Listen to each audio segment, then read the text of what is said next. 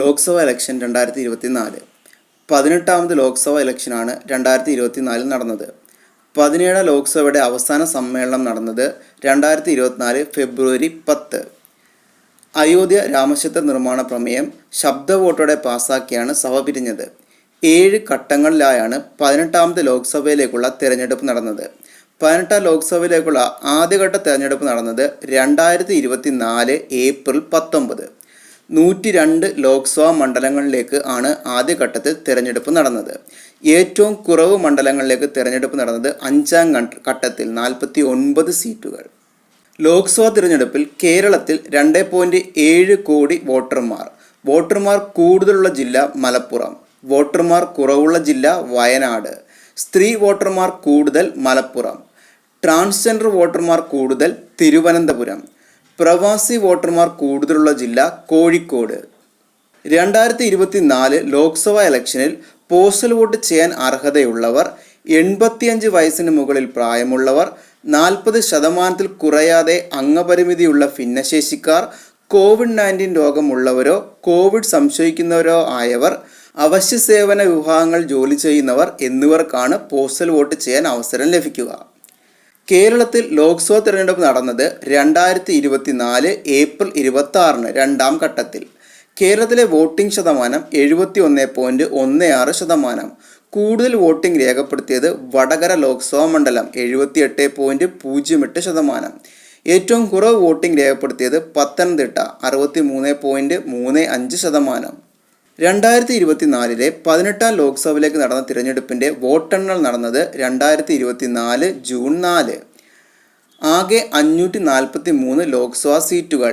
NDA 292 സീറ്റുകൾ നേടി. India സഖ്യം 234 സീറ്റുകൾ, മറ്റുള്ളവർ 17 സീറ്റുകൾ. കേരളത്തിലെ ആകെ 20 ലോക്സഭാ മണ്ഡലങ്ങളിൽ 18 സീറ്റ് UDFനും 1 സീറ്റ് LDFനും 1 സീറ്റ് BJPക്കും ലഭിച്ചു. കേരളത്തിലെ ഏറ്റവും ഉയർന്ന ഭൂരിപക്ഷം വയനാട്ടിൽ നിന്ന് രാഹുൽ ഗാന്ധിക്ക് ലഭിച്ചു. 3,64,422 വോട്ടിൻ്റെ ഭൂരിപക്ഷം. ആകെ നേടിയ വോട്ടുകൾ 6,47,445. റായ്ബറേലിയിൽ 3 ലക്ഷത്തിൽ പരം വോട്ടിൻ്റെ ഭൂരിപക്ഷവും രാഹുൽ സ്വന്തമാക്കി. കേരളത്തിൽ നിന്നുള്ള ഒരേയൊരു CPM MP ആയി ആലത്തൂരിൽ നിന്നും 20,111 വോട്ടിൻ്റെ ഭൂരിപക്ഷത്തിൽ വിജയിച്ച നിലവിലെ പട്ടിക വിഭാഗ ക്ഷേമ ദേവസ്വം മന്ത്രി K. രാധാകൃഷ്ണൻ. 74,686 വോട്ടിൻ്റെ ഭൂരിപക്ഷ കരുത്തുമായി കേരളത്തിൽ നിന്നും ആദ്യമായി തിരഞ്ഞെടുക്കപ്പെട്ട BJP MP ആയി ലോക്സഭയിലേക്ക് തൃശ്ശൂർ മണ്ഡലത്തിൽ നിന്നും വിജയിച്ച സ്ഥാനാർത്ഥി സുരേഷ് ഗോപി. 2016 മുതൽ 2022 വരെ രാജ്യസഭയിൽ നോമിനേറ്റഡ് അംഗമായിരുന്നു സുരേഷ് ഗോപി. കേരളത്തിൽ നിന്ന് കൂടുതൽ തവണ സഭാംഗമായതിൻ്റെ റെക്കോർഡ് കൊടിക്കുന്നിൽ സുരേഷ്, മണ്ഡലം മാവേലിക്കര. ലോക്സഭാംഗമാവുന്നത് 8ാം തവണയാണ്. ലോക്സഭയിലെ ഏറ്റവും സീനിയറായ അംഗമായി വീരേന്ദ്രകുമാറിനൊപ്പം കൊടിക്കുന്നിൽ സുരേഷ്. മറികടന്നത് 7 തവണ ലോക്സഭാ അംഗങ്ങളായ മുല്ലപ്പള്ളി രാമചന്ദ്രൻ, E. അഹമ്മദ്, ഇബ്രാഹിം സുലൈമാൻ സേട്ട്, GM ബനാത് വാല എന്നിവരുടെ റെക്കോർഡാണ്. കേരളത്തിൽ നിന്നുള്ള MPമാരിൽ ഏറ്റവും പ്രായം കൂടിയ ആൾ മുസ്ലിം ലീഗിലെ ET മുഹമ്മദ് ബഷീറാണ്, മലപ്പുറം മണ്ഡലം. ഏറ്റവും പ്രായം കുറഞ്ഞ അംഗമായി എറണാകുളത്തു നിന്നും വിജയിച്ച കോൺഗ്രസിൻ്റെ ഹൈബി ഈഡൻ. 5ാം തവണ MP ആകുന്നത് കൊല്ലത്ത് നിന്ന് NK പ്രേമചന്ദ്രൻ. 4ാം തവണ MP ആകുന്നത് ശശി തരൂർ, ആൻഡോ ആൻ്റണി, MK രാഘവൻ, ET മുഹമ്മദ് ബഷീർ. 3 ലക്ഷത്തിലേറെ ഭൂരിപക്ഷവുമായി വയനാട്ടിൽ നിന്നും രാഹുൽ ഗാന്ധിയും മലപ്പുറത്ത് നിന്ന് ET മുഹമ്മദ് ബഷീറും. 2 ലക്ഷത്തിലേറെ ഭൂരിപക്ഷവുമായി പൊന്നാനിൽ നിന്ന് അബ്ദുസമദ് സമദാനിയും എറണാകുളത്ത് നിന്ന് ഹൈബി ഈഡനും. 1 ലക്ഷത്തിലേറെ ഭൂരിപക്ഷവുമായി Shafi Parambil, Dean Kuriakose, MK Raghavan, NK Premachandran, K. Sudhakaran, Rajmohan Unnithan എന്നിവർ. തിരഞ്ഞെടുപ്പിൻ്റെ പോളിംഗ് ശതമാനം ജനങ്ങളെ വേഗത്തിൽ അറിയിക്കുന്നതിനായി തിരഞ്ഞെടുപ്പ് കമ്മീഷൻ വോട്ടർ ടേൺ ഔട്ട്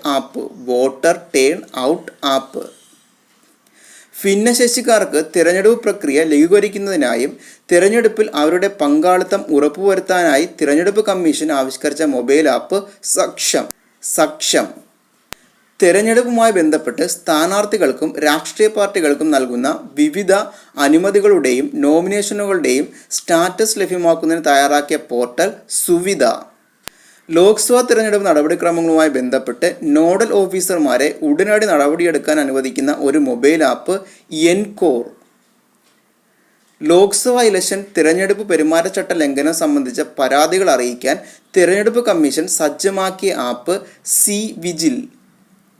വോട്ടർമാരെ അവരുടെ മണ്ഡലത്തിൽ തിരഞ്ഞെടുപ്പിൽ മത്സരിക്കുന്ന ഏതെങ്കിലും സ്ഥാനാർത്ഥിക്ക് ക്രിമിനൽ റെക്കോർഡ് ഉണ്ടോ എന്ന് പരിശോധിക്കാൻ അനുവദിക്കുന്ന app know your candidate. Rajeev കുമാറിൻ്റെ നേതൃത്വത്തിലുള്ള ദേശീയ തിരഞ്ഞെടുപ്പ് കമ്മീഷനാണ് ഈ മൊബൈൽ ആപ്പ് പുറത്തിറക്കിയത്. ഇന്ത്യൻ വോട്ടർമാർക്ക് വോട്ടർ പട്ടികയിൽ പേര് തിരയാനും വോട്ടർ രജിസ്ട്രേഷൻ പരിഷ്കരണത്തിനും ഫോമുകൾ സമർപ്പിക്കാനും അവരുടെ ഡിജിറ്റൽ ഫോട്ടോ വോട്ടർ സ്ലിപ്പുകൾ ഡൗൺലോഡ് ചെയ്യാനും പരാതികൾ നൽകാനും മത്സരിക്കുന്ന സ്ഥാനാർത്ഥികളെക്കുറിച്ചുള്ള വിശദാംശങ്ങൾ കണ്ടെത്താനും ഏറ്റവും പ്രധാനമായി റിയൽ ടൈം റിസൾട്ട് കാണാനുമുള്ള സമഗ്രമായ ആപ്ലിക്കേഷനാണ് വോട്ടർ ഹെൽപ്പ് ലൈൻ ആപ്പ്. ഒരു തിരഞ്ഞെടുപ്പ് പ്രക്രിയയിൽ പങ്കെടുക്കേണ്ടതിൻ്റെ പ്രാധാന്യത്തെക്കുറിച്ച് ജനങ്ങളിൽ അവബോധം സൃഷ്ടിക്കുന്നതിനായി ഇന്ത്യൻ തിരഞ്ഞെടുപ്പ് കമ്മീഷൻ നടത്തുന്ന നടപടി sweep, systematic voters education and electoral participation.